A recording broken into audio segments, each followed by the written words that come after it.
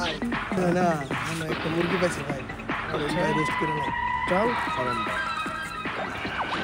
ভাই খারাম বল এই তুই কই বসছিস রে পারি কই তোর আতালা ওল্ড আতালা পারি কই তোর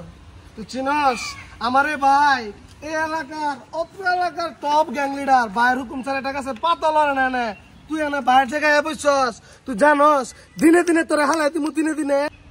সরি ভাই আরে তুই তার আরে বসেন কিসের সরি মাল রাখছস ভাই কেসে বাইরে সব আজকে বারবিকিউ হবে স্যার আচ্ছা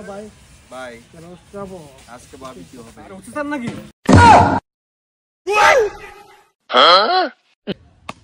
স্যার আমার মাফ করে দিন স্যার আমার ভুলে গেছে স্যার